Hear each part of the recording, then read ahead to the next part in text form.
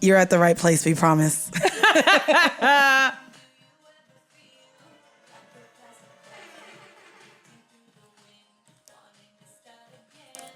Do you ever feel?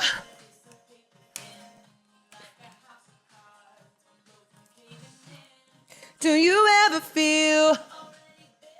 Let's go. Hey, hey. It's only right that after July 4th in New York, that this is how we come in. Let it shine. Because you know the vibes. Ain't no fireworks like New York fireworks. So for all of y'all. Baby, you're a fun. Oh, you no. know I can't no, hit that that's not it. note. You All could right. leave that note. All right. I ain't gonna hold Shout you, out bitch. to Esther Dean, who's black and wrote that. Oh, you came in here spicy. I mean, I would like a fireworks song for Juneteenth, Esther. Talk your shit. So yeah, we started with that because literally the only people who celebrate That's not true, though. the 4th of July. No, That's not true. There's plenty of black people that still celebrate. But no, 4th of we July. celebrate a long weekend, bitch. We celebrate having a potential day off. We celebrate barbecuing with our family. Facts. We celebrate the spades table to Yeah. where we know we gonna show out like, I know you got me last year. Not this time, player. I've been Right. practicing year round. That is what we celebrate, baby. Yeah. We celebrate the competition of the potato salad. Okay? With no raisins, Karen. And not our Karen. Not Karen Civil, the other Karen. The other Karen. That's probably why she be like, I'm KC, guys. She Yeah. probably had to get rid of her whole name. Because she be living civil out here until y'all Shout out bitches to try Karen. it. Welcome, guys. Y'all know it's a holiday weekend. I don't Yes. even know if y'all are even sober enough to be listening to us right now. Well, they done had a day If you off. are, you're pissed the fuck off that you're back at work. Because I remember that. I remember like being Ooh, pissed the fuck bitch. off. Mad. After a holiday weekend, you're like, yo, I need like 2 days to recover before getting back to this type of shit. Holiday weekend should really be 5 days. I ain't gonna hold you. The whole week should just be off. There needs to be 1 day of prep for pregame, and there needs to be 1 day post for everybody to just recover. So no, here's what happens. Corporate America, let me lay it out. Go for it. This is when you use your PTO. So if you have a long weekend where either you get a half day on Friday or you get that Monday off, like a Memorial Day weekend, Labor Day weekend, all that shit, bitch, you use PTO and you take off Thursday. And if you really got a good company, you take off that Tuesday. Okay, fair enough. So, bitch, then you even get to travel a whole like Thursday to Monday, get back, and you still know that you can make sure you get back early on Monday to do your errands, clean the house, say hi to the kids that you weren't around all weekend, and then, get back into fuck. Yeah. Let me go to sleep before 3 a.m. because I know I've been partying all weekend. Yeah. And, from there, now back to fucking reality. Fuck, I hate this job. That's then what you do. And then you're like, you know what? Fuck this, because I was celebrating my independence, but then I had to come back to this fucking shit. And I realized I wasn't I'm not free. independent at all. Fucking dependent on this fucking job. Damn. Ain't shit. Well, guys, we are recording this before the 4th, so we don't have any 4th of July stories or tales. But I will let or you any of that. know that we were not in the club because Mandii got a whole ear infection. So this bitch is on the same medication I was on Listen. last week for my sinus infection. And what's crazy is I promise y'all, like, I've had DMs like, damn, was anyone licking your ear in the sex club? And I was like, I had to ask my friend that went with me. And I was like, was we doing any type of ear shit in the club? And this is why I said I didn't want to do Molly with or without vitamin C because I would want to remember some shit like that. I didn't remember, like, I feel like it would have felt good, but nah. I feel like now maybe you gave it to me. Fuck that. Joe want to blame me for COVID. I'm going to blame you for my ear infection. There we go. My ear wasn't infected. Yeah, neither was the mic that he spoke on, but here we go. Here it is, and that's what we're... I'm blaming you, bitch. No, but we're not going to be able to talk about that, but we did still want to talk about the fucking tea before we get to the second half of this episode. We are joined by a very, very, very special guest. So excited. Which was introduced, I believe, properly kind of halfway through our interview, but properly nonetheless. So stay tuned. Y'all seen by the cover art or by the description if you read through it who our guest is. And we love her. And we love her. So if you haven't yet, stay surprised. But I guess, of course, we wanted to make sure that we still came through with the motherfucking tea.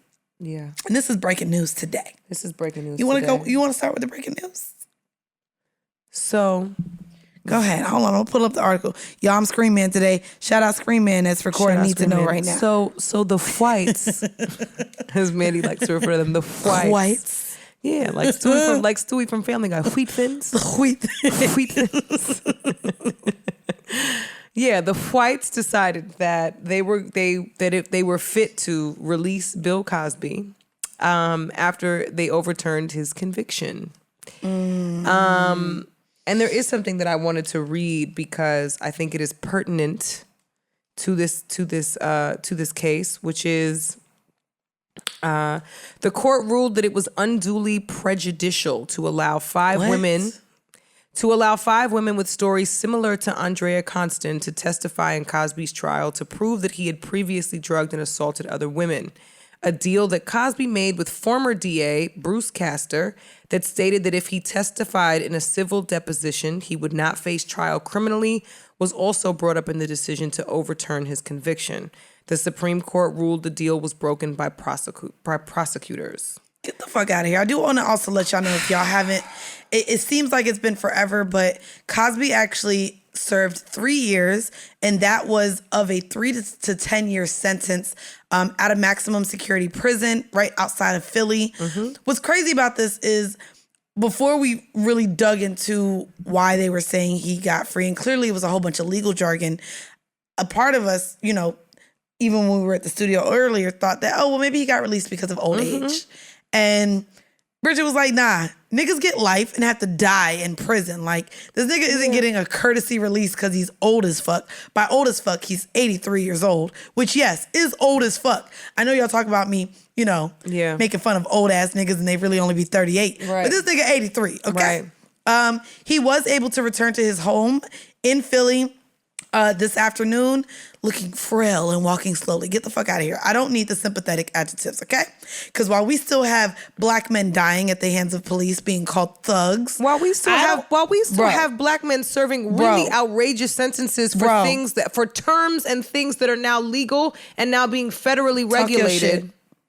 Talk your shit. I don't want to hear this shit. Why are we really discussing him like he's the victim here? Well, the part that upset me the most was our beloved, and I say beloved because she was somebody who as a child I wished would have adopted me. Our very own beloved Claire Huxtable, also known as in real life Felicia Rashad, posted something on Instagram saying, finally justice has been served and the course was corrected. Bye, Felicia. Bye. She said, I fully support survivors of sexual assault coming forward. This is the gaslighting shit. Right. I fully support survivors of sexual assault coming forward.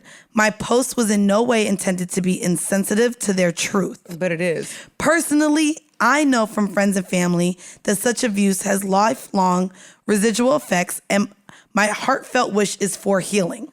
However, she put that in her story.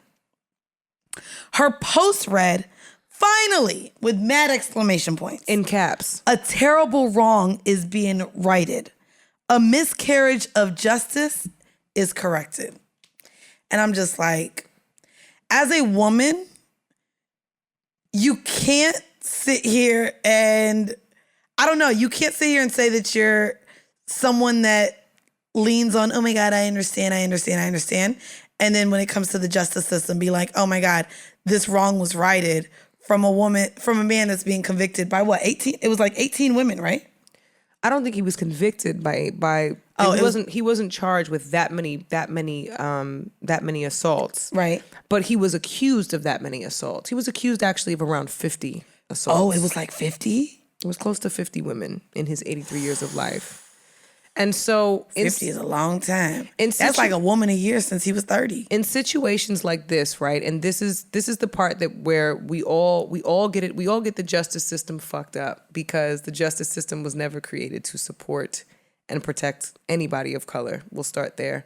That's number one. Number two, women are at the bottom of that fucking totem pole. Black women are at the bottom of that totem pole as far as protection, the advancement of protection is concerned by the justice system. And so for a Black woman that we have all grown up watching, that we all respected wholeheartedly, one of my really close friends, Cleverly Chloe, shout out to Chloe, yes, has been posting videos of on TikTok and on Twitter, so good, basically mirroring monologues that Claire Huxtable had from the Cosby Show. And now I don't want to see it now. I don't want to see it anymore because I don't want to see any reminders of what that legacy was supposed to be. And too often, and this is coming from a female perspective only, too often we are expected to uphold and uplift the legacy of a man that has been accused by 50 women. 50 women. And granted, if we're only talking legalities, we can't only talk legalities when it comes to being accused by 50 women because 50 women can't be fucking wrong. That's a lot of women. Even if, you know what I'm saying? Even if 5 might have embellished or fabricated. 50 fucking women, bro? You know how many women that is? That's a lot of fucking women. That's a lot of fucking women. That's half an airline. That's half a plane full of people. Half a plane full of women. Said that this man has assaulted them, violated them, taken advantage of them in some capacity. It's a whole football team. And I understand that it's important for us not to demonize Black men, and it's important for us to maintain some level of solidarity. But at what point can we, as women, and I say this as all women, as women, expect to really fully see any level of justice and advocacy within the justice system? I just don't. I'm grossed out by the whole thing. Granted, he's old, and I understand people wanting to have a little bit more empathy because of his age and wanting to do all of those things. It's still not the same, right? When we think about like serial killers or pedophiles, those people are not treated with the same level of mercy and leniency that this celebrity was treated with. And so I'm disappointed, but I'm not surprised. I would agree to that. And while we're on the justice system, last week we spoke about Britney Spears' conservatorship. Yep. And it looks as though, for whatever reason, the judge has denied the request to remove Jamie Spears, which is her father, who is in charge of the conservatorship, from it. And how much are y'all really getting paid to keep this woman hostage? I want to know. I don't see how. And what would it be called? It's not an amendment. What happens when you when you in prison and you want to? What is it called? It's like an A word, right? Appeal. Bitch, that word. That's what Britney was doing, was appealing her conservatorship by... Attempting to. She was attempting to, right? Yeah. So with the judge now denying that motion, does that mean she's stuck? I would assume so.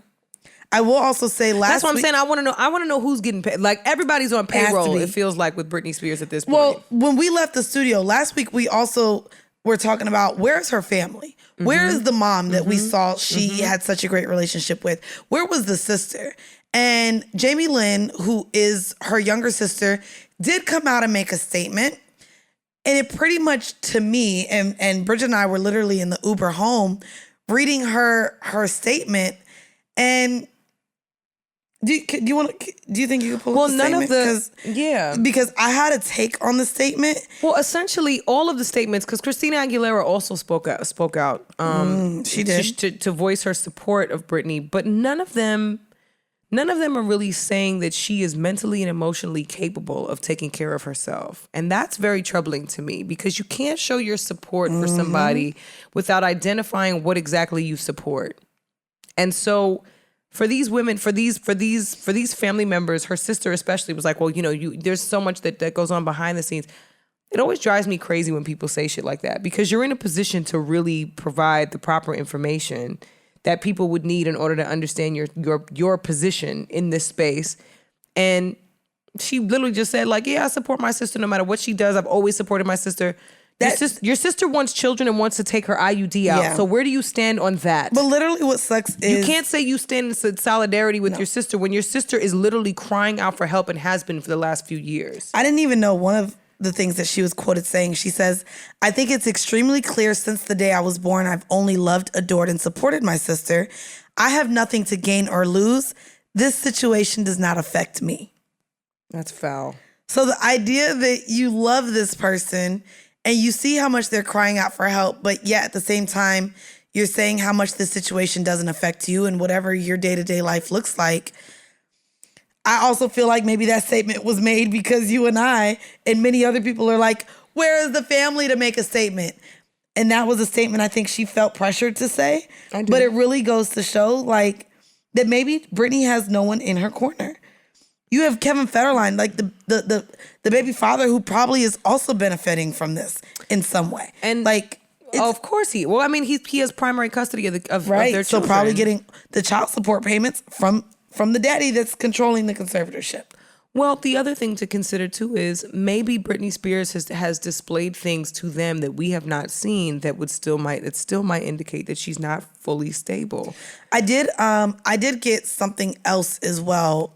Someone DM'd me this information, and in regarding to the conversation we had about the IUD. Mm-hmm. So while that is something that the conservatorship is making sure, or has some sort of say in that, it actually could be passed on to her as a rule from the doctor. Right. So because they are saying that she's bipolar or has some sort of bipolar disorder, the medication that she could be on is what could pretty much affect her fetus. So if she in fact does remove the IUD while she's on this medication, it could lead to her to either an early termination, a fetus, or it could result in a full-term pregnancy where the baby does not come out fully healthy. Defects, right? Yes. Damn. And so for a lot of people, where I know the conversation was regarding autonomy of a woman and being able to make that choice, there are medical doctors that will suggest you not to procreate based on the medications you have to take. And I experienced that with my sister being epileptic. So I'm also curious to understand who decided to give her an IUD in the first place. But probably with her being on that medication. Well, that literally, it's the same thing. So for anyone who's experienced epilepsy. An IUD is a very, for me at least, it was a very traumatic. The insertion and the removal was a very traumatic experience. But also, it's a way more severe method of birth control than actual contraception, which they would have had to probably count on her to take, which she wouldn't have taken necessarily if she's not in good health or not mentally in good health and in capacity to take it. But I also think that overall, what we continue to see is an unbelievable, an unwavering desire to control women's bodies throughout this entire process and control women, period. And I find that in this situation for a conservatorship, them being able to make the decision around whether or not she wants to, because even down to what medication she's taking, is she in a position to say, I'm not taking this medication anymore, I want to remove my IUD and I want to have a baby? But see, no, when you're in whatever type of a mental state, or if you're diagnosed with something medically, like the thing that's best for not only yourself but everyone around you is for you to be on that medication. So are they whether giving? You want to take it or not. Right? Like, are they offering to give her boyfriend a vasectomy? Like, I just don't. I'm really tired of women's bodies. And we can even relate this to we can even relate this to Nick Cannon. It's like people are expecting, and I saw this on Twitter and I thought it was really, really, really urgent and impactful, is the fact that somebody, I guess, an interviewer was asking Lil Nas X about the importance of testing for HIV and understanding all of these things. Oh my God. And Phaedra liked the fucking comment. Nobody is talking to Nick Cannon about the importance of contraception. But yet we feel it's necessary to discuss HIV with Lil Nas X. The misogyny has no bounds. No fucking bounds. Women are constantly victim to and subjected to not being able to make decisions around their bodies, around their livelihood. Britney Spears has been in this conservatorship for how many years? 6? No, 10. No, only 10. Yeah. More like 10. 2008, 9, 12. It's 12 years then. She's been in a conservatorship for 12 years. Her children, I think, were about 5 years old when she went into this conservatorship situation. No, they're not that grown yet. Are they that grown yet? They're 14 and 15 now. Oh. They're 14 and 15 now, I believe. Okay. So they're old enough to understand what's going on here. The fact that nobody has interceded on her behalf, even from a celebrity standpoint. Right. Even Christina Aguilera with all, you know what I'm saying, to step in and be like, hold on, who do I need to pay to get somebody to investigate this bullshit? Because this don't make no fucking sense. Right, because Kim Kardashian and Jay-Z are hopping in, paying whatever legal fees to right the wrongs of a lot of things that, I mean, what is one of them got McMill out, right? Typically we're not here for the white tears, but it's free Britney until it's backwards on this pod, just so we clear. No, just so we're clear. Yeah. The only white people I stick up for is Britney. It's Britney, bitch. Oh. Okay, well, that kind of got a little deep. That got a little dark. So here we go. You know how we brighten things up? You know how we bring it back to life? But I'm only bringing it back because y'all know we on Patreon now, baby. Yeah. So, hold on. Air horn. Yeah. We get another one. We had to let y'all get comfortable, baby, before we start sitting here with our ads, because this is an ad-free show. Listen. But we got an ad for y'all pussy assholes. I'm giving y'all thighs and titties for free for the last time, okay? Y'all gonna have to go over to the Patreon, okay?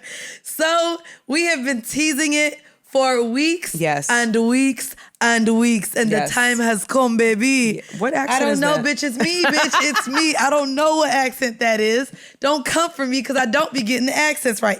Apparently, I don't get words right. I don't get lyrics right, and I don't get accents right. What I do get right is sucking that dick. Sorry. Anyway, though, what I also get right is Patreon. So, guys, we are on Patreon. We are. It's very exciting. And I'm super excited that we are bringing you all of this dope ass content. I know a lot of y'all were like, oh my God, can we get 2 pods a week? You can now if you become a patron. You can. And to be honest, we talk about a lot more in-depth shit on Patreon than I ain't gonna hold you. We do here. We be giving it up. Like, y'all, we done talked about some shit. And we've had some really dope guests come on too and share their stories and their opinions about things, their thoughts, their experiences. And Mandii and I love a good conversation, a little wine, a little vibe, and also some freshly squeezed music and artists and things like that. So definitely subscribe. Go on Patreon. There's several tiers for everybody. I was about to break it down. So here's what you get, baby, real quick. Let me break it down. Break it down. So for $5, you get in 2 extra episodes a month. That's it. Just 2. That's it. For the $10 tier, you are getting 3 extra episodes a month. I will say all of this also comes with BTS. Yep. So you will see bloopers, behind the scenes vlogs of Bridget and I. Yes. We also have a Discord chat for all of you guys to talk through. And then for our $15 tier, we ain't going up to 20, bitch. No. Cause we like, nah, bro, let's make it, affordable and shit. Nah, we gonna make y'all save y'all coins for the live show. Yeah, there we go. We more than $20. Okay. So for the $15 tier, that is our top tier. That means you are officially our friends with benefits, bitch. On that tier, you are getting 4 extra episodes a month. You are also getting behind the scenes, and also for your first year, every 4 months, you are getting exclusive See the Thing Is merch. Woo-hoo. Only to you as a patron. Yes. Also, once a month, starting in August, you guys will be able to chat with Bridget and I live So we are doing Cannot a wait for live, we ain't got the name for that yet, but y'all will be able to join us on Zoom and join in with us on the conversation. Ask us whatever questions y'all want. Trip us up if you want to, but you get to join us in a recording of a live episode talking possibly about current event topics and everything about else all the going things. on. Anything y'all want to talk about, really. We'll leave it up to y'all because at the end of the day, we're here to keep the conversations going, to keep the laughs going. I know we get comments all the time and mentions all the time about how people be listening to us on the way to work, and we just be cracking y'all up. So we are so excited to be able to include y'all in our conversations with each other. Yes. So the link for that is in the description of this episode. Yes. It is patreon.com/see the thing is pod. Make sure you check that out. And like I said, there is tons of content there for you to enjoy, and a lot of different segments. So if you're like, all y'all do is talk about current events, don't think I want to see more of that, we're giving y'all so much more than current events over on Patreon. Yes. So make sure y'all go over and hit that subscribe button, bitch. Anyways, we're going to get back into the tea. Before we get into our special guest, baby. So what's crazy is the other thing I had on the list is kind of dark. Did you want to go there too? Let's just get the dark shit out the way because I'm in a good fucking mood and the bitch got her thighs and titties out. Okay, so y'all, Kevin Gates, who y'all know I'm a huge fan of, went on another podcast show, and I want to play this clip from this show that he went on before we really do a deep dive into it. And shout out to Kevin and his wife. We love Black love. Yes. Carry on.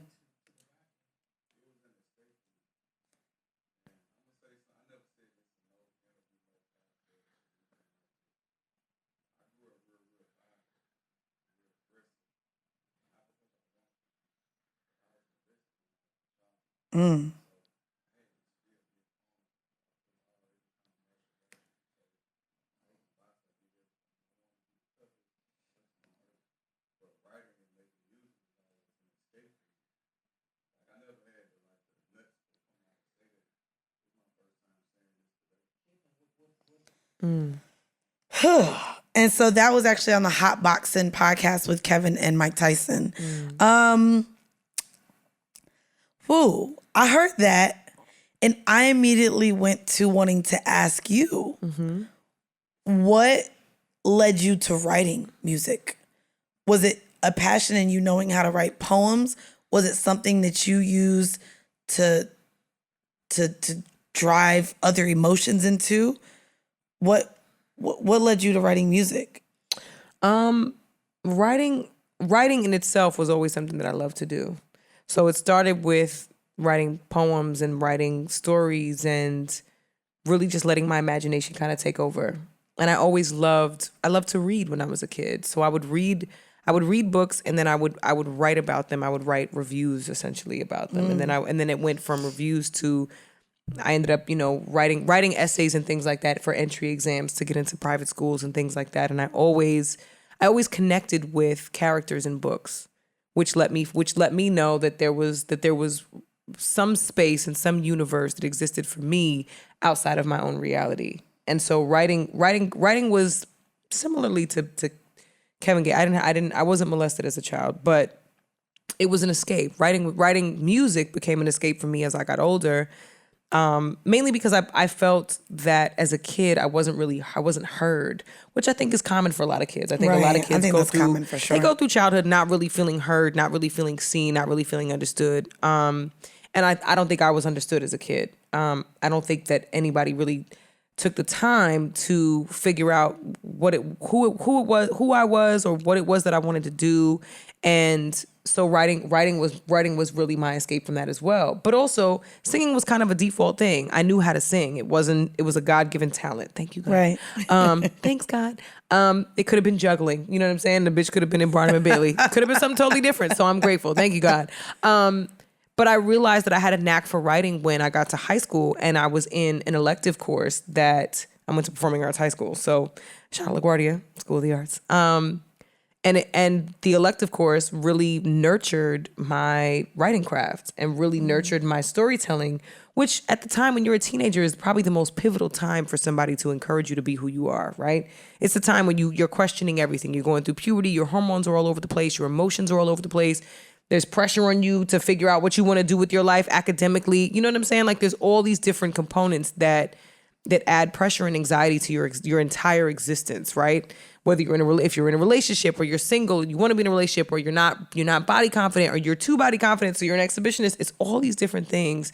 And I felt like music was really my outlet that allowed me to create a space and an environment that I could use to connect to other people without number one at the time really having to shed my skin, right? Mm-hmm. But also do it in a way that still kind of fed my ego about my talent. That sounds like probably what yeah, because when someone identifies your talent, and sometimes this happens with kids early on with momagers all the time, right? It happens with athletes and it happens with artists. When a parent or somebody in the family recognizes that somebody is really talented at an early age, they nurture it. They're like, oh my God, we got to put you on this pedestal. They idolize you. They push you. They become this coach. That becomes your focus. That becomes your life. And your whole life force and sense of confidence is tied to that one thing. And I think when you're not brought up that way, I'm assuming Kevin Gates was not brought up that way, the only means of survival then is to create. It's not so much seen as a sense of pride, but really a sense of survival. And it's a survival tool, which I think is different. I think it serves some creative people differently, but I applaud Kevin Gates for even having the courage. He said, he was like, I never had the nuts to say that out loud. But it takes so much courage for men. And we've talked about this a lot. That there is never, we don't create enough spaces for men to really come forth with their truths, with their stories, with their moments of vulnerability, especially when it comes to abuse. You 100%. Know what I'm saying? And I think for him to really capitalize on that moment is so powerful. And I pray to God that more men like him can continue to come forth and understand that does not in any way, shape, or form make you weak. Having been taken advantage of and abused as a kid does not make you weak. Abuse at any point. I won't just say as a kid. I think as a kid, it affects you. You carry it differently and for a lot longer. But I think if it happens to you as an adult too, it's also really violating and incredibly it makes you unravel. So I applaud Kevin Gates for that, because I know that was really tough for him. Yeah, we love you, Kevin Gates. We do love you, Kevin Gates. Just know that. And know that also, like exactly what you said, I think that in the space that we're in now, I'm curious to know what children are dealing with, because we have Lil Nas X and all these football players coming out as gay. And now you have rappers coming out admitting to them going through things and being abused as children. I wonder if that is also bringing forth children knowing they don't have to live with these things for very long. They don't have to be in the closet with their sexuality. Right. They don't have to hide that they experienced something that they know was wrong, and they have to just live with that. Right. But I think generationally we're experiencing a whole shift, bitch. Like now is really a beautiful time for some kids because their parents are a little bit older than us, right? Yes. And so they're now being able to be granted the freedom to just kind of exist how they are. And also the parents are being challenged to push the envelope with the conversation as far as gender identity goes, as far as... And the parents are us. The parents are millennials. The parents are us. The parents are us. And it's beautiful. It's beautiful because we remember... I mean, not really us. But no, not actually us. But we remember, people in our 30s, I'm in my mid-30s, but people in their 30s and 40s understand what it was like to be encouraged by our parents to some degree to kind of figure it out and be entrepreneurs and some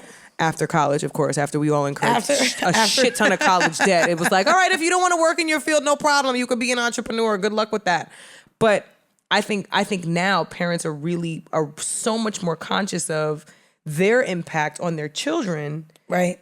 In terms of trying not to pass on all the fucked up shit that our parents passed on to us. So I think that's really dope. I think that's dope too.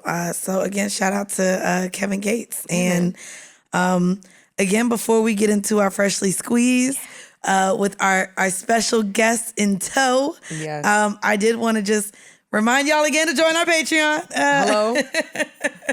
And also, again, make sure you follow all of our socials. We're going to give this again at the end of the episode. But I do want to just thank all of y'all for rocking with us. This is episode 41. Bitch, we made it to 41, ho. And I think I said it right. You looked at me like I said it wrong. I was waiting on you to fuck up, but you didn't. I'm proud. No, bitch, I'm I really got that fucking shit proud. right, bitch. I'm really proud, bitch. I'm proud, bitch. Cuarteta, a big word, hoe, in another Yeah. language. Damn, shout out to D Nasty. Anything in Spanish now. That's so racist.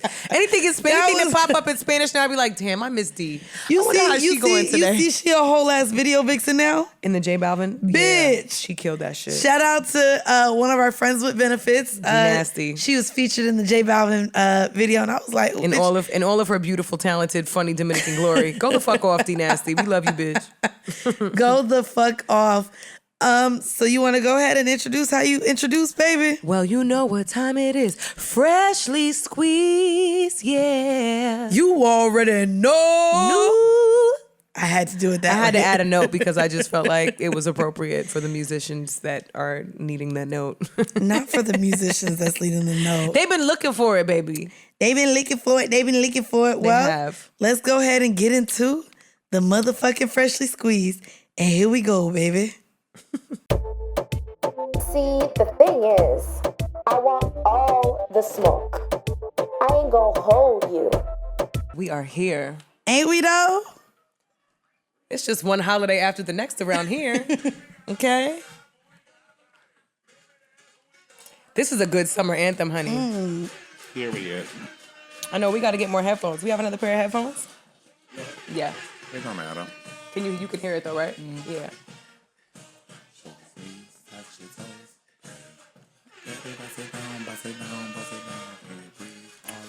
This how we doing it. Yeah. This how we doing Summer it. is in full swing, honey, in here. I got my titties This out is really today. how you do a Freshly Squeezed, baby. Hey. The baddie named Mandii. Look at you. Thank you. I'm already trying to remix Thank it. you, Just thank know you. I'm already trying to remix it. And the thing is, I can't really rap. So if you give me already a flow and I just got to change some words, I'm in there. She will make up the words, though. I promise you. It's simple. Once she learns It's the cadence, simple. she will absolutely mess up the words. So I'm going to mess them up anyways. So just know. Yes. I'm one of those. Like literally. Replace the words. I She'll replaced replace the the whole words. words. Like I thought Cupid was truth is. We're not going to go there. Y'all. It's That's a Cupid. Fantasia song. It's Cupid. Truth is. Different artists, different songs. I but know. Y'all, it's we fine. told y'all that we had a special guest today, and it Yes. was only right to introduce her during our Freshly Squeezed. And hold on, let me give a round of applause here, because y'all 'Cause we know. have to. Y'all ain't even ready. Y'all 'Cause ain't even it's ready. a living legend on What our is couch it? today. You already know. You already know. Girl down. Yes. We had Big Freedia, the one and only, in the motherfucking building. The girl down. You know, listen, I'm excited. Just know I am too. excited. We And were hype. listen, and as soon as I was like, oh my gosh, she was just on Real Housewives of Atlanta. I know. And I Mandy always gets lonely up here because she's a Florida girl, and we're all New Yorkers in here. So she's always like, "There's nobody from the South that understands anything I love be that talking we about." have a Southern girl in the motherfucking Oh, yeah. building now. Oh, Okay? yeah. Because I know you know about the candy lady, the boiled peanuts, Oh, the yeah. everything. Yeah, So, all boom. that. I'm happy. I'm happy for Boom. you. I I'm am. happy too. I'm happy too. So y'all, our Freshly Squeezed this week came from none other than Big Freedia, and that was Betty Yes. Bussit. Betty Bussit. Bussit. Mandii Bussit. I be busting it. You be busting it wide open. Actually, you do. You taught us how to bust it wide open. What, I do bust it wide open. Yeah. God I need a damn. tutorial. I'm gonna need a tutorial before I'm out But of here. You before gonna we give me out of some here, instructions. I need some instructions at the very least. Gotcha. Because the Tell me at least- way my hips are set up, I doesn't. The way this this 30 white plus. is in this blood. But baby, all that ass, you should know how to, I know to shake. it works in other ways. Yeah. You know? I get it. I get it. Trust You me. get it, you get it. So you are here in New York City, and I love that you came and joined us on the couch. Yes. Y'all who are watching us, we had to make it happen. Yes. So we're here not on our normal day, but we are coming off of a Pride weekend. A Pride weekend, a Pride month. whole For month. Mandii, it's a proud life, It is. as it should be at all times. Hello. Yes. That's why I was eating coochie in the sex club for Pride. That's Okay. right. In I was honor. gonna take it there. That's what honor I did for of, Pride in yes. honor of. Okay. But how did you celebrate Pride out here? You know, I had tons of shows this whole month, and this weekend I had Tulsa, Miami, and New York. Did ABC, closed out the Pride celebration here. Also had a pool party on Sunday at the Soho House. Yeah. So I just been grinding and making people have fun all over the world and bringing happy times and good movement and dancing on the floor. It's just been a great month. Sadly, the month is ending, Right. but it has been a great run this Pride month. Just seeing people come out the pandemic and have some time to really lay their hair down and get back to kind of normalcy, Was pandemic really tough? As an artist, I mean, every artist we talk to is like, pandemic was depressing. It was crazy. I mean, hell, we rely a lot on touring and our resources to make our money. So you have to figure shit out being an artist. There's nobody out there really taking care of artists when these situations happen. Right. We can't get unemployment. We can't get government assistance. Right. We're paying taxes. And we see what happened to Baby Blue. If you take some of the assistance from the government, you might end up in jail. Hello. And because you didn't need all that assistance. Well, he just got too much assistance. Just get a little bit, Yeah, he wasn't doing nothing on his own. That was just, everything was being done for him. But yeah, I felt that way too. I think it made us awkward, and now New York is like fully opened up. So you came at a really great time. Yeah, you came at a great time. I actually was here when the pandemic hit, and I was doing my press tour, and I was doing Wendy Williams and Breakfast Club and all of that. And I had to hurry up and leave like the same day because they were like, we were shutting the airports down. Everything is gotten crazy. Yeah. Wow. So I went through it for sure. Like not being able to promote the CD like I wanted to, not getting out to be able to, fill up the rooms and give people the new music that I had just put out right before COVID. Right. So yeah, it was really depressing for me. But what I did was started to think of everything to keep my mind busy. I started my cooking show, online, giving the fans something to look forward to. I did What You Cooking Wednesday. I did Shakedown Fridays in my backyard. Yes. I did Gospel Brunch on Sunday. And then once things started to open up, I actually got the botanical garden at City Park in New Orleans, and I started cooking for people to be able to come out and sit in the park with me, do live interviews and talk to them, do cooking demonstrations. So I kept busy. I stayed at the studio. I stayed doing interviews. Like I stayed busy. I really wasn't making money, but I stayed busy just to keep myself going. Yeah. But also to keep your name in conversations and your name known. Yeah, and it was most importantly to keep the fans going. Yeah. So many more people were going through so many more, problems, than I was. So I was able to bring joy and something for them to look forward to. Because there wasn't nothing to do. Shit. You were just stuck inside cooking, getting fat, drinking, smoking. I gained 20 pounds. It's still it's 20 pounds. I was like, honey, I'm cooking all this shit. And some days I was just like, I'm going to just nibble on it and take a corner. I'm not about to eat all this. Shakedown Friday might have to be Fitness Friday, okay? After Wednesday. It's crazy. We all got into cooking, not really working out. We sure did. It was just cooking. We sure did. I still burn 10-minute rice, but I tried. It's not my ministry. I tried, but it's just not my ministry. What was like one of your favorite recipes you cooked during COVID? Did you see like something that you kept making? No, I never made nothing the same. So I love that. Oh, damn, you could really cook then. Yeah. So what I did was I was giving people different things that they can cook and come up with. I was doing like coming up with crazy off the wall shit. All my own dishes have their own name, their own twist. I was doing like a bent over biscuit Benedict. I was doing like triple wiggle pancakes. I love bent over biscuit. I like bent over biscuit, man. Yeah, I was doing like the I'd like to volunteer as the bent over biscuit. I was doing the Bad Baby. Like I named one off after my niece, the Bad Baby biscuit. Yes. It was just everything, like the Do What You Do beef stew. I came up with all these different names. I put my own twist on the recipe. I gave it lots of flavor and lots of spark. So yeah, I was really trained by my mom and my grandmother and my aunts and them to cook. Yeah. And I got the tradition from my family. So my whole family would come Okay. every Wednesday and every Sunday. Love it. You know, and eat. Like, they were my guinea pigs. But see, I also see why she's good at being an artist. You hear how good she is with words? Yeah. So she's a wordsmith too. Like, she be just knowing all the words, and how you just came up with you had 4-word titles to a biscuit. Like all of the themes, every single dish was like albums. That was like song track names. Like, Yeah. that's fire. I love that. Super fire. Did you feel like it impacted your community? Because I watched a couple different things, and you are super active within your community. Yes, very much. And like in New York, everybody was a little scared. I spent the first part of pandemic in LA, which, I mean, LA is just not real life. It's Groundhog Day. Everything. It's beautiful outside. Yes. Everyone's Y'all had happy-go-lucky. backyards You know what to I'm tan. saying? The sunflowers are booming. Like, there's no sense of reality outside of that type of life. we stuck inside hearing the train go But by. in New York, you know, even with outside opening up again, a lot of my friends, I know a lot of Mandy's friends too, were like reaching out to each other, like, listen, be careful, because there's still a lot of people struggling out here. Like, be careful outside. Like, watch how much money you have on you. Watch where you are. Don't go nowhere by yourself, because it was a little. The fear was heightened a little bit, because there are still people, even though the pandemic is over, we'll put it in quotes, it's still really, people are still trying to get back to a sense of normalcy, even where they were before the pandemic hit. True So that. did you feel like any of that happened in your community, or did you feel like everybody really came together to keep each other afloat? You know, I feel like I was really in my own space. Okay. You know, just really trying to keep people looking forward to something. Yeah. I did go out quite a bit in New Orleans, going to the studio. And like, when I would go out, the streets were clear. Yes. Like, the streets were clear. All you saw was really essential workers that needed to go out.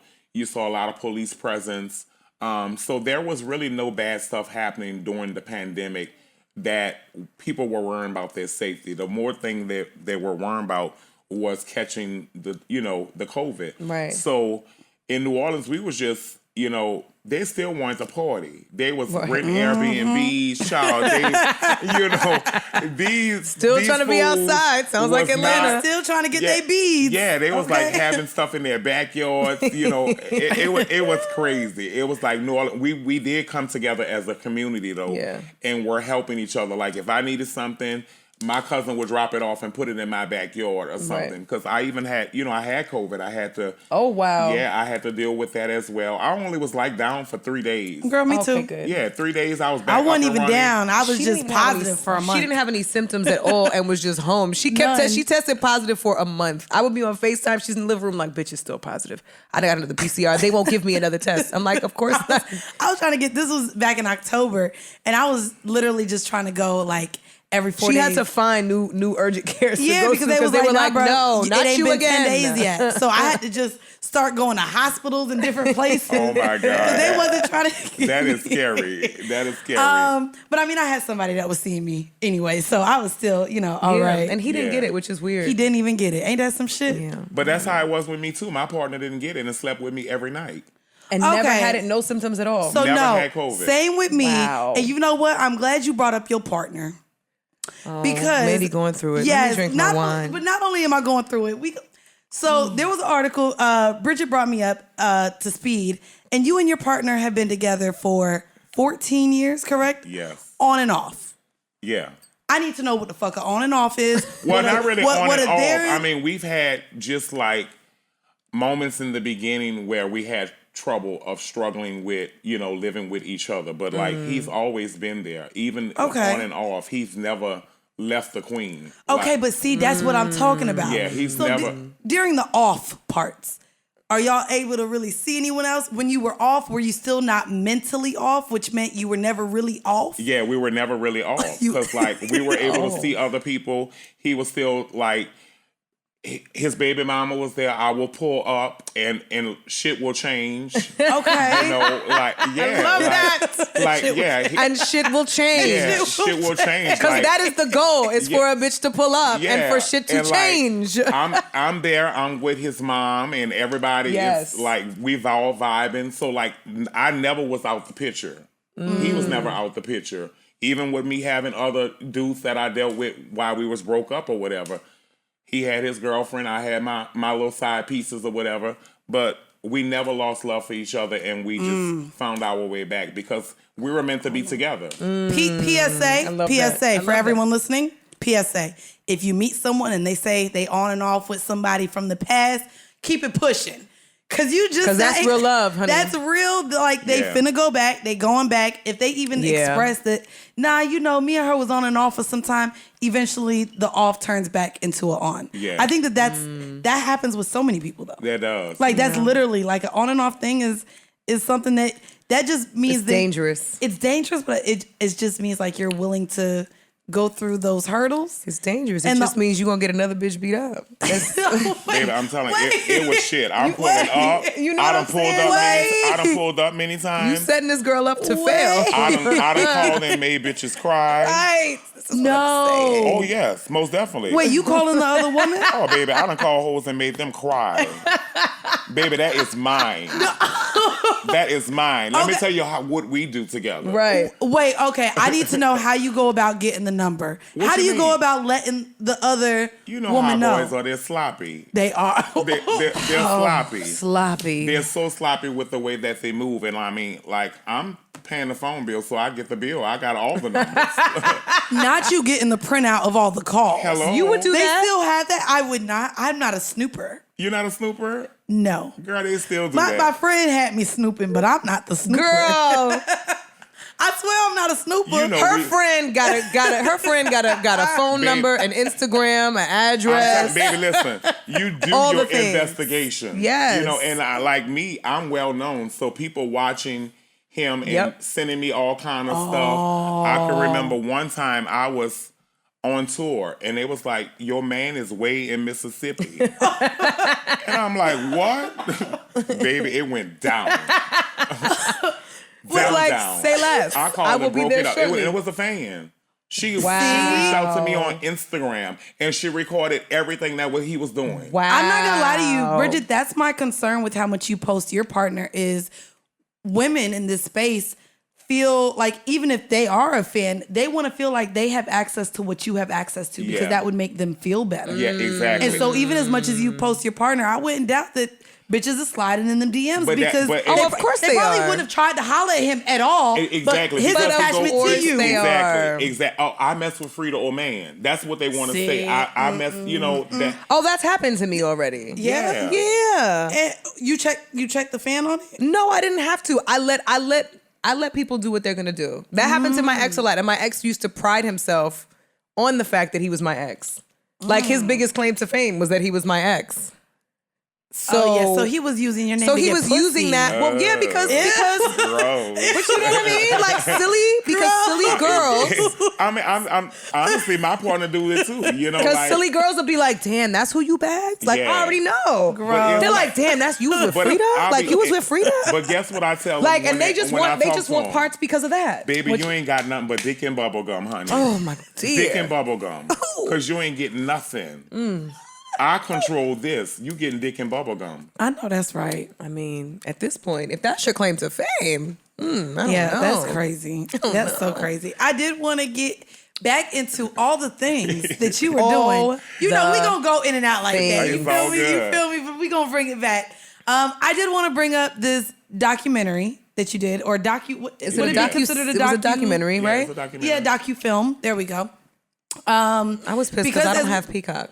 I know, but because of us even talking about New Orleans and how it was and how you felt people were coming together, I know that New Orleans also gets the rap kind of like Chicago. Yeah, most at definitely. how it's not very safe. And I mean, We go back and forth with Chicago as being number one for, you know, the murder rate and stuff. So it's not a good space to be in, you know. Right. And that have your city having that rep. You know, I've saw so much tragedy and people lose their lives growing up from a kid, growing up in the hood, seeing people shot, seeing people killed, seeing people shot in clubs, you know, working in clubs, on the mic, people shooting through the door. Oh my God. You know, all kind of stuff. I done saw it all being in the field that I'm in and growing up in the hood that I grew up in. So it has affected me since a kid, you know, seeing all this and seeing families have to bury their people and getting T-shirts and second line bands and, jazz funerals and all. I'm so over funerals. It's just like, right. When are we going to stop? Right. When are we going to stop killing our own people?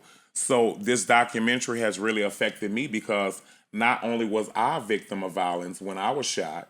Oh. Yeah, I was shot. A dude tried to rob me and shot me twice. And also my brother was killed. Mm-hmm. I've lost family members that was killed over a bicycle. Wow. Like the silliest stuff happened in certain situations in New Orleans, and people lose their lives over it. So this documentary was near and dear to me to just want to try to help change for the younger generation. Right. And this did come out last year, correct? Yeah, they want to be like the big cousin, the big uncle carrying the uncle carrying the gun. Right. The friends are the boys on the block. Right. And it's not cool. Like it's not what you should be trying to do as becoming a man. There's more to becoming a man than carrying a gun or hurting someone or bringing hurt and tragedy to another family. So this documentary was like reaching out to younger kids and going talk at schools, trying to hear their stories, also trying to figure out a solution to help them, partnering with other groups like the peacemakers who go to different neighborhoods and try to get different people that's beefing to come to terms with each other and like squash the beef. So I really dug in when I did this documentary. I went and spoke at the jail, at the prison, heard some of their stories, told them my story. I did a lot just trying to help New Orleans lift up out of this place of, just hurt and tragedy. It's a lot that we see, and mamas have to cry a whole lot. Families have to cry a whole lot. I saw my mama do it a whole lot, just tragedy in our family.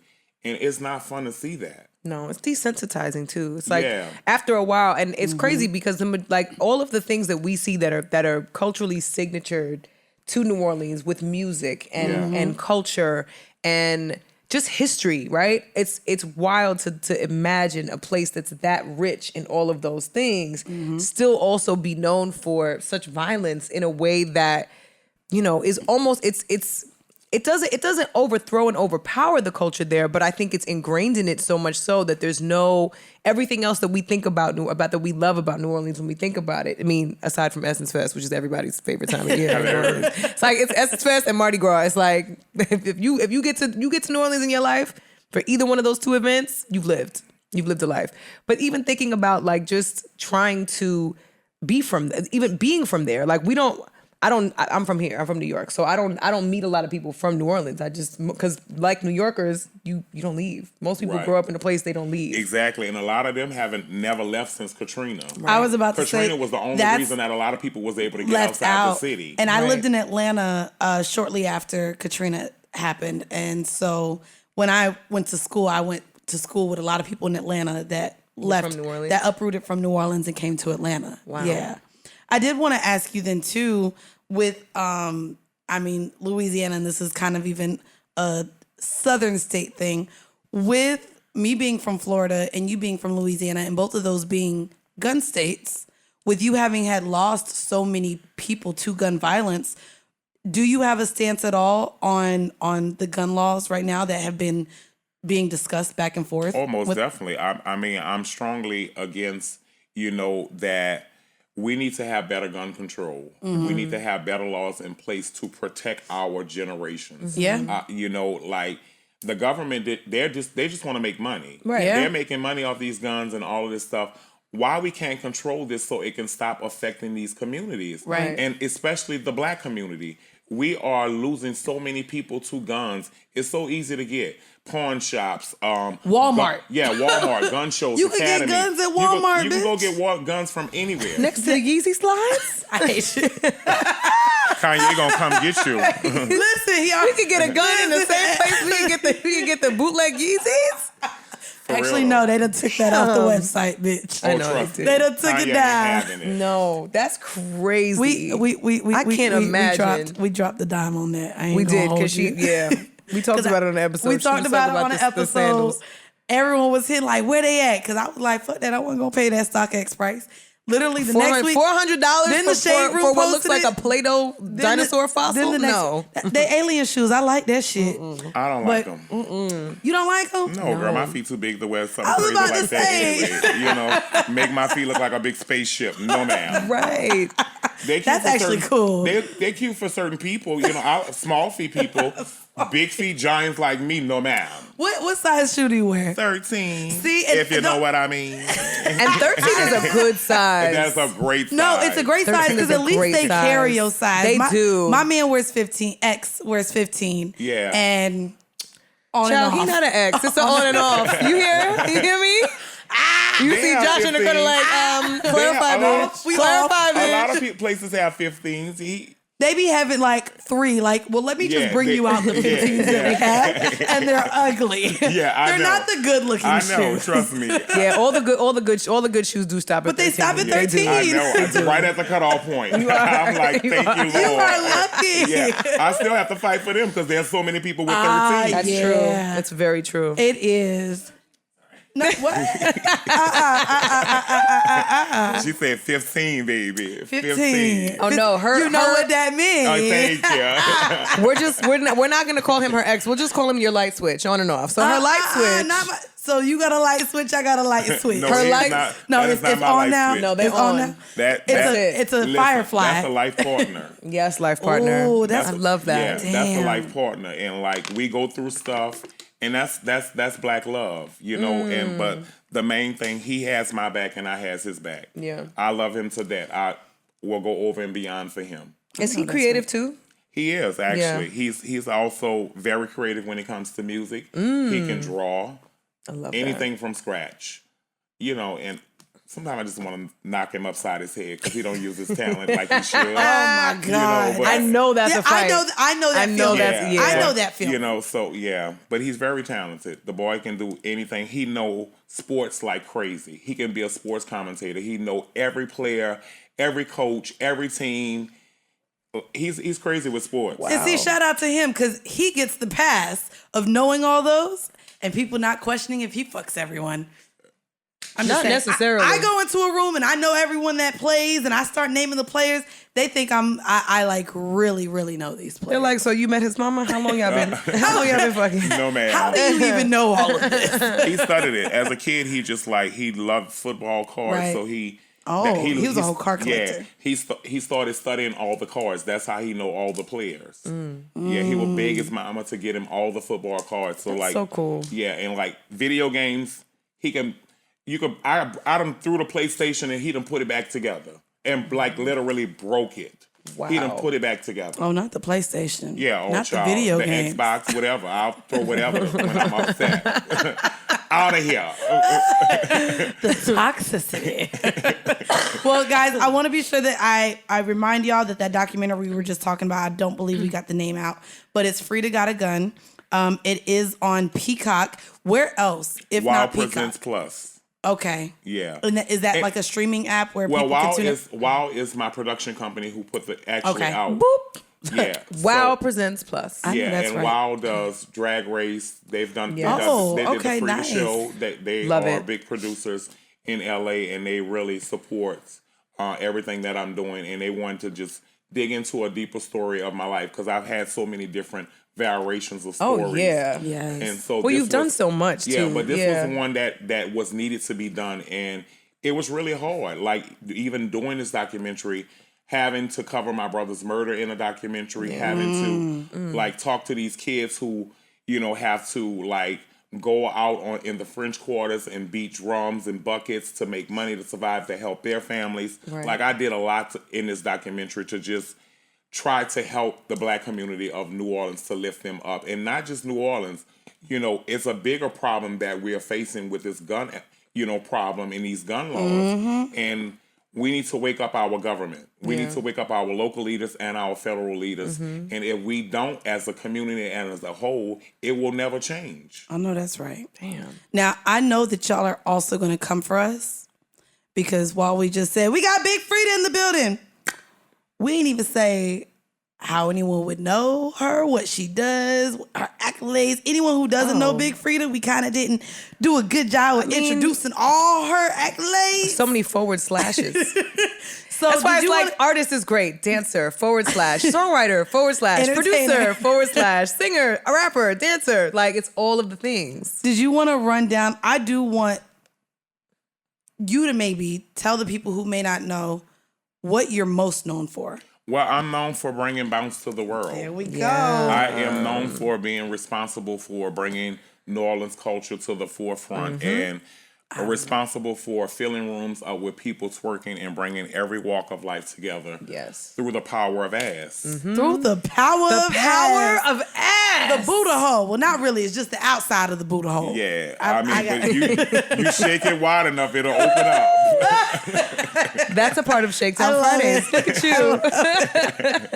So, was that hard to do? Most definitely. I grind for 10 years locally in New Orleans before I even became known to the world. Wow. Ooh. 7 nights a week, sometimes 4 and 5 clubs in one night.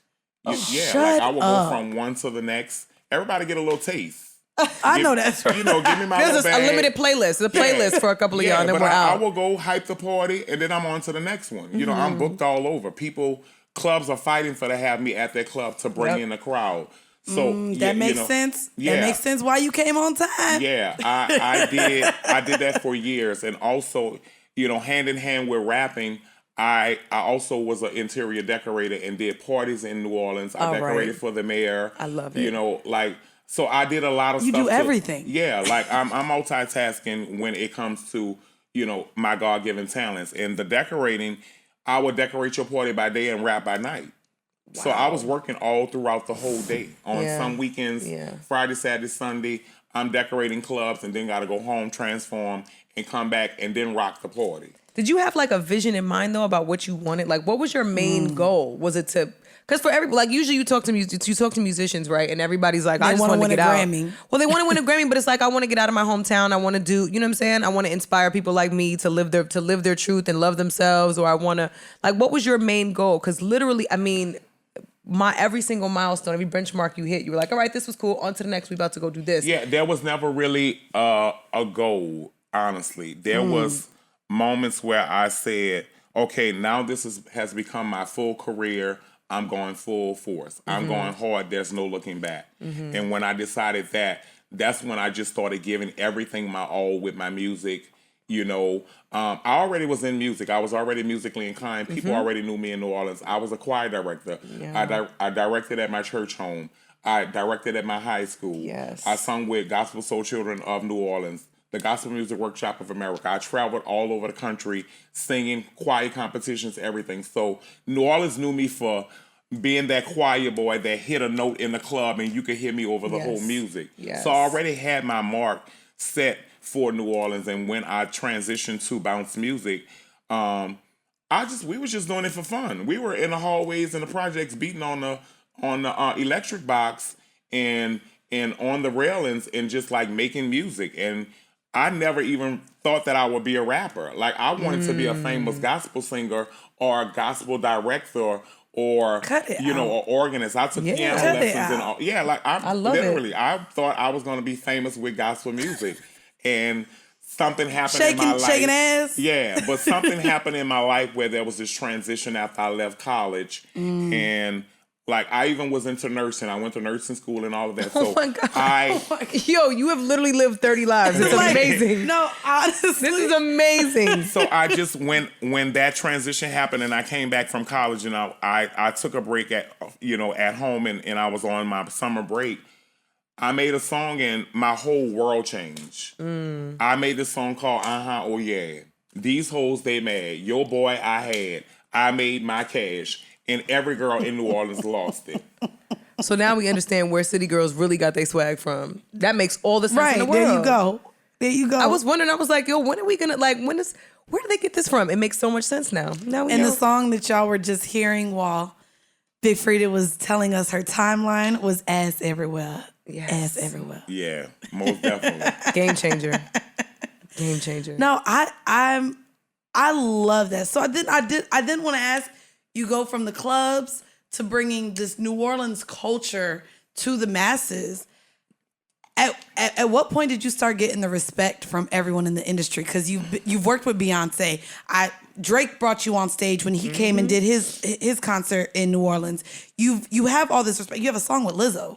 Like, you get all of this industry respect. When did that start happening, and when did you shift into that? Yeah, I mean, I think every year was a transition. You know, every year just steady grinding, picking up new fans, picking up new artists who respect my hustle and my grind. You know, all of the cash money and the no limits, they respected me just from being from New Orleans and representing for that culture of bounce. You know, Soulja Slim once said that, I'm gonna stop doing this bounce shit because Freddie got that shit, you know? I love it. So at some point, people, they recognize my hustle and they recognize my grind. And so they was like, ain't nobody doing it like this. No. Ain't nobody, you know, holding these clubs down like this. And my city is what gave me the recognition. New Orleans had my back. They put me on the map. They really pushed me. And when I started to step outside of New Orleans in 2010, New York, it was my first biggest supporters. Really? Oh, yes. New York Times held me down. I came, did 5 shows with my friend Spank Rock. I did 5 shows in 3 days. New York had me all over every article. Wow. They did a big write-up on me, came down to New Orleans, flew all these people down, did a photo shoot, and my life changed again. Wow. This is my second home. Yeah. That's dope. Bridget, I love that. Do you feel like New York, the way she like just brings up how her hometown like supported her and pushed her to the success, do you feel like you received that from New York, being from New York? Oh, absolutely. Well, in the very beginning too, because I emerged with one of the biggest artists from here. Right. So that was really easy for me to be assigned to Jay-Z. And then, you know what I mean? For that to be a part of my story, my legacy here, in my mind as a kid growing up, it's like, well, there's only 2 places you're going to go. It's either I'm going to be on Rockefeller or I'm going to be on Bad Boy. That's it. We going with Jay or we going with Dame or we going with Puff. Like, those are the only 2 homes for me. And so, yeah, I think there was a lot of pride that was attached to my New York family and my New York friends and my colleagues and my peers here. Yeah. And the support for New Yorkers, I think, is, it's when you're from here, it's almost harder to make it when you're from here because there's such an oversaturation of people who also are transplants who come here to make it as well. Yeah. So it's almost like read me, sis. So there's, I mean, even in music, you know what I mean? But in music especially, it's like everybody says if you can make it here, you can make it anywhere. And it's like when you're from here, we got to compete with the other people from here. If you can pay rent here, you can pay If you can pay rent here, I promise you. You can pay rent anywhere. You can pay it anywhere. Yes.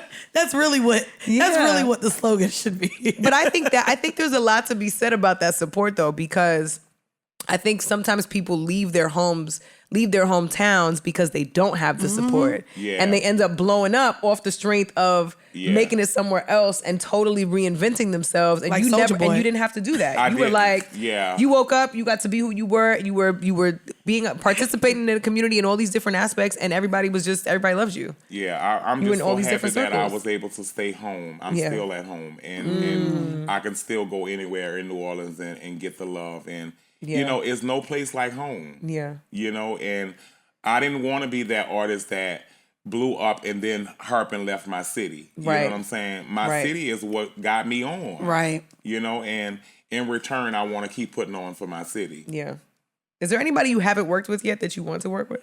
There's a lot of people I haven't worked with that I want to work with. I mean, from Patti LaBelle to Kelly Price to Fantasia to, you know, Jasmine Sullivan. There's a list. Jasmine Sullivan was actually somebody that came to my mind first that I think you would be great with. I have a bucket list, child, of people that I still want to work with. You know, and in due time, when God's timing allow us to work together, I never try to push people too far. You know, if the collaboration happen, it happens. If it don't, you know, sometimes I'm sad about it, but I'm always pushing to do great music with a lot of artists who I grew up listening to and love and adore so much. Yeah.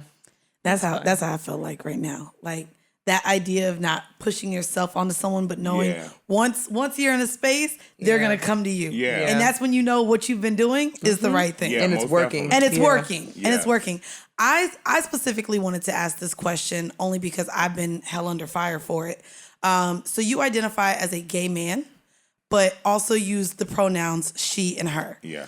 I wanted to know a little bit into that only in the sense, and y'all see me tiptoeing because y'all done dragged me so much for this shit before, but I want to know why you're never asked about your sexuality and why everyone is so open to you, yet we see how people treat the Lil Nas X's and all of these other artists that are coming out into their own, but why literally everyone just has this You've been very embraced. Like every single person ever that ever thinks about Big Freedia's like, oh shit, yeah, she's dope as fuck. Sexuality question. No one ever asks any question or thinks about it. When it comes down to it, it's because I'm real.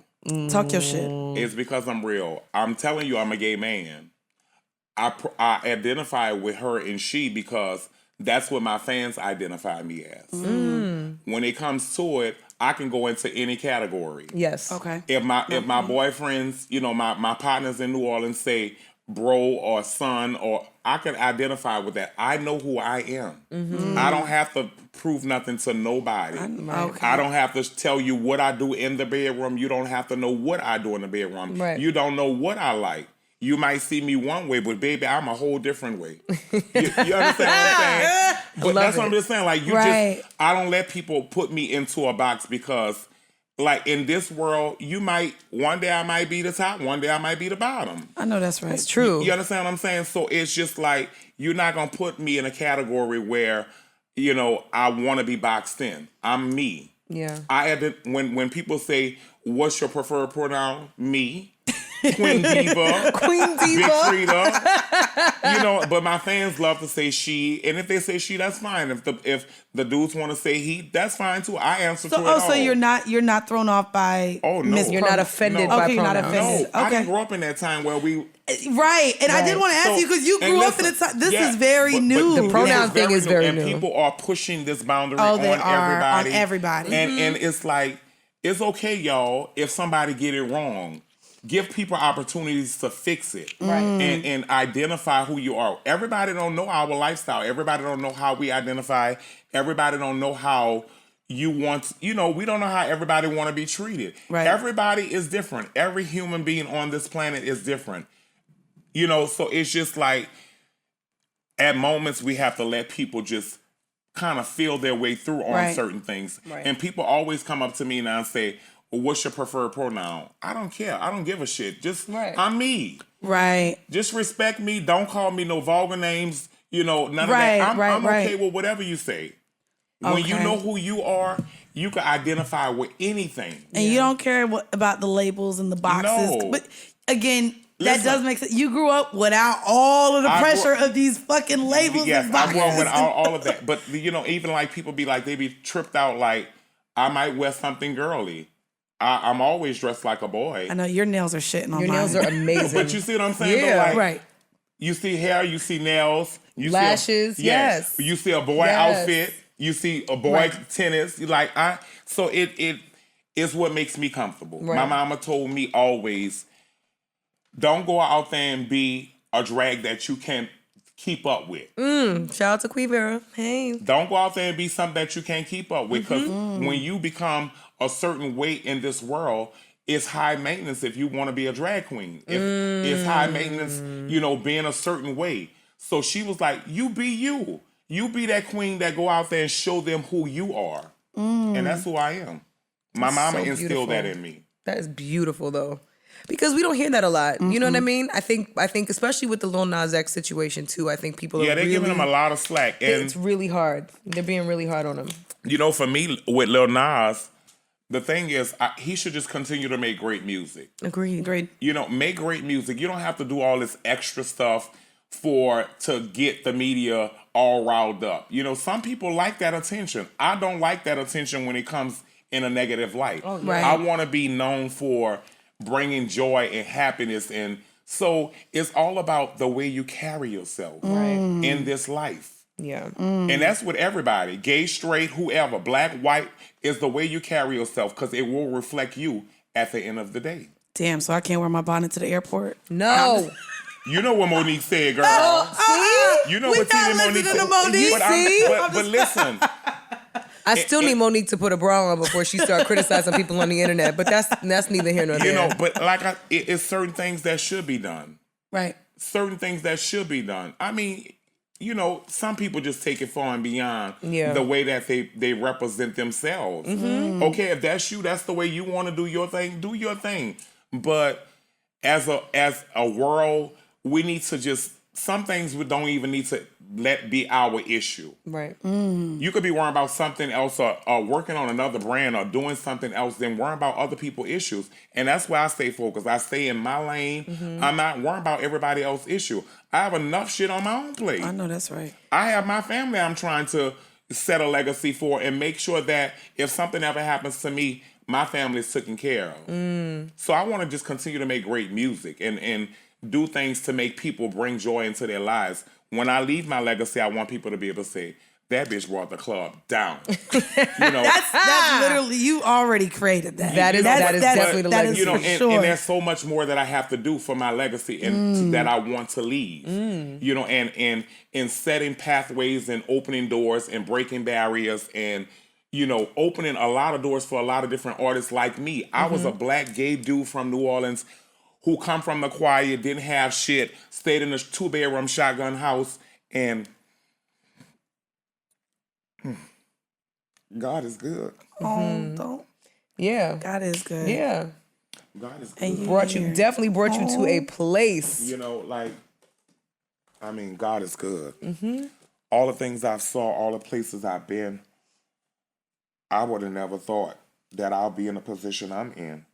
So now that I know when God gives you a purpose in life, we all have a purpose. And when you know your purpose, you use your purpose the right way, God will continue to reward you. Every time they try to knock me down, he sends something right back. Right. Every time they try to downplay me or shortchange me, he give me another bigger check. So it's just, you gotta be humble in everything you do. And be gracious. Come on. And be gracious. Humble. You know, a lot of people have the big head. A lot of people want to, you know, The all ego. that internet stuff, ego. I remain humble because everything that goes up must come down. You know, so I'm just grateful for all the moments that I'm able to change in my life and change rooms and people's attitude about homosexuality and you know, everything. So I know my purpose now, and God gave me a purpose, and I just try to use it to my best ability so that I can keep getting rewarded. The fact that you're rewarded for being yourself, that in itself. That's God. That's how God works. You are rewarded for being yourself. Exactly. You walking in your walking divine in your right. truth. You're working in your purpose. Yeah. Wow. It made me emotional because I'm big on spirituality, Yes. and you know, I'm thankful for all these moments. But for you to say New York is your second home, you being able to be here after the last year and a half that we just had That felt with crazy. COVID, you Yeah. being able to be happy and spread joy over this weekend with your shows, with your EP, you now being able to push the music that you Yes. had to stop last- When is the EP coming? When are Next month. Next month. Okay, Yeah. good. Come Good. on. And how many Good. songs? What can we expect Oh, from my God. it? So what I- are the features? I Can brought you some- share any of it? I brought some heat. You know, Okay. I got Tanking Okay. the Bangers and Soaking Siren on Betty Bussit. Yes. The pandemic was a time to sit back and reflect, think about how I want to go out and fill up festivals and Yes. clubs and Ooh, rooms. you gonna be headlining some of these Oh, festivals? man, I'm on tour. Oh, we need Tour it. is We coming. need it, Fall Josh. tour We is need all already the set. all the dates. Yeah. We need all the Yeah. dates, and then honey. we'll practice. And so, like, We'll practice before we get there. you know, just going back out on the road and really just filling these rooms up with joy. Yeah. That's the joy I get. And reconnecting. Yeah, and reconnecting to the fans. And so I've been in the studio making all kind of great music. The CD is called Big Diva Energy. I love it. I love And it. it's about the energy that you bring to the world. And so I want to bring great energy. And I'm bringing fun music, happy music, Yes. summer anthems, you know, fall anthems. We're going to be busting down. No, Betty Bussit was definitely. I was No, like, that was a whole like. because I need a new playlist to get in the And gym. Betty Because Bussit was inspired by Baby Esther, who's a black 1920 Harlem singer who was a black woman that they mocked Betty Boop after. wow. Baby Esther was the first. Oh, that's true. I remember seeing that because that's where they got the hair and the body from. They got all the of whole it. All of it. concept from, Yes. from a black woman. Yes. And so just going back and paying homage to some of the people who have paved the way for the Black culture. Yes. And so that's where the song Betty Bussit inspired from. And always want to put my own twist on stuff, my own names, coming up with my own concepts. Branding and all of that is important. So when I thought about it, I was like, we got to make Betty Bust It Down. We're going to call this Betty. I love that. Oh, you know how I know. Well, it's coming next month, so we're gonna have to listen to the whole project. Oh, baby, y'all, I got one on. I'm ready. Oh, baby, not today. Baby, I was evil. Well, before we get out of here, could you give us a lesson? Where do we start with the? Where do we just start? Tell us how we do it. Hold on. Can you? Yeah. First of all, what's the count? Because I need to know what the count is. A bitch needs a count. What's the count? So there's even a little dance for Betty. There's a dance for Betty Bussit? Okay, we getting the choreo. We get the choreo. Yes, there's a little dance for Betty Bussit. How does the dance I got the music. Can we get the music on a little louder? Yeah, we get a little louder. Oh, wait, there we go. How we do this? Come on. All right, how does this go? Well, this part, you just gonna bust it down. Because I'm rapping here. My knees? Huh? Is it giving Make the Stallion? Is it giving Make the Stallion knees? You need to. Oh, shit. Oh, I can't do it. We over 30. Me too. Oh, wait. I was like, Okay, what we doing? Come on, let's do it. I'm 35. What we doing? It's gonna come back around. I'm gonna give y'all something out. When the chorus comes out, that means that's a moment. But y'all, twerking, you can drop it on the table and just make that thing go around. Okay. Up and down, hands on your knees. But can you breathe? Are you okay? Cause the beat got me going. When it shoulders, knees, touch your toes, and then you bust it down. We gotta move all this because I need my big long leg ass. Hold on, yeah, this is the end before we get out. Come on. Okay. And then you bust it down. But you busting it down, you busting it. Bust it down, bust it. Yeah, you basically. My knees. Okay. We're gonna be down. You ain't getting back up, baby. We're gonna be right down here. You doing it. And my knees, they I know. hurt. It's like, ooh, wait. My knees, they hurt. They just cracked. Rice Krispies. It's Rice Krispies. You gotta stretch. You do a little stretch. A little stretching. A little breathe, stretch, shake, let it go. Breathe, stretch, shake, let it go. Betty Bussit is a fun song. The girl's gonna be on the floor cutting up. I love this song. And Tank, she spit on this. She went off. Yeah, she went off. I hate when I did. Why? And I'm all out of breath. Guess what? This was a whole workout, baby. You hear what the song say? Okay, come on. Can you breathe? One more. Can you breathe? Are you okay? Yeah. Cause the beat got me going. Shoulders, knees, touch your toes. Betty, bust it down, bust it down, bust it down. Okay. Yeah, easy. Now I got that. Easy, yeah. Okay.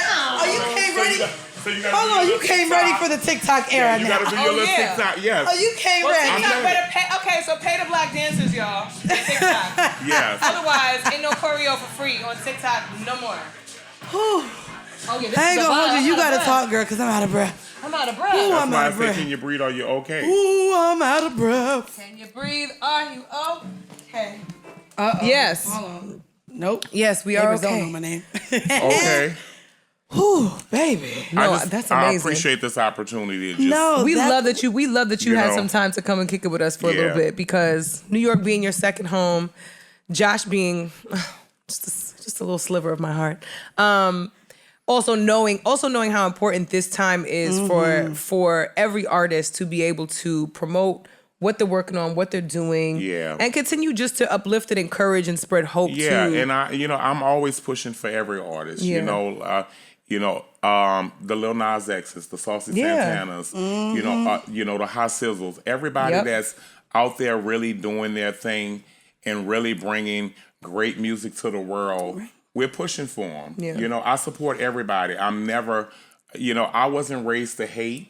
I wasn't raised to be jealous. That's a new generation thing, oh huh? my God, it's ridiculous. and to try to fight on the internet, have internet beef. Yeah, that's the most ridiculous thing. Like comments and all that, you can't let all that stuff bother you because people are so cruel. They're really cruel. They're really cruel. And it could be the worst bored. situation. Yeah, they're bored. And it's broke. just like and broke. That's why they're leaving all them comments. The BB. That's the why. BB. That's Bored why. and broke. Bored and broke. Yes. The BBs. Oh, I'm gonna start calling y'all that. Oh, y'all better stay out my comments. Well, we know you got the EP coming out. Y'all will definitely hear that again. Big for the Diva Freshly Energy Squeezed. is definitely coming back around. What upon else release. where else can everyone find you? Your social handles. Let everybody know what else you got coming to I mean, at Big Freedia on all my socials. You know, I just did a cover of Lady Gaga Judas, the 10th anniversary for Born This Way. So that was another honor, another milestone in my career. You know, crossing over into another whole world. You know, and just great things like that happening. And I'm just honored and appreciative though for artists reaching out on bigger platforms like that. To have me to be a part of their things. And Space Jam, you said too. Oh you my on the God, Space Jam. yes, the new legacy. Yes. That is huge. Space Jam is incredible. I grew up listening, you know, watching Space Jam. And all of us. And now it don't matter even what generation you were born in. And now to be a Space part of it, that's huge. Yeah. And that's major. That's a big thing for our community as well. You know? So I'm just grateful for all those moments. Yeah. That's amazing. Well, we are grateful we are for actually you. gonna lead out then with Born This Day Reimagined. It's Judas. The Judas remix.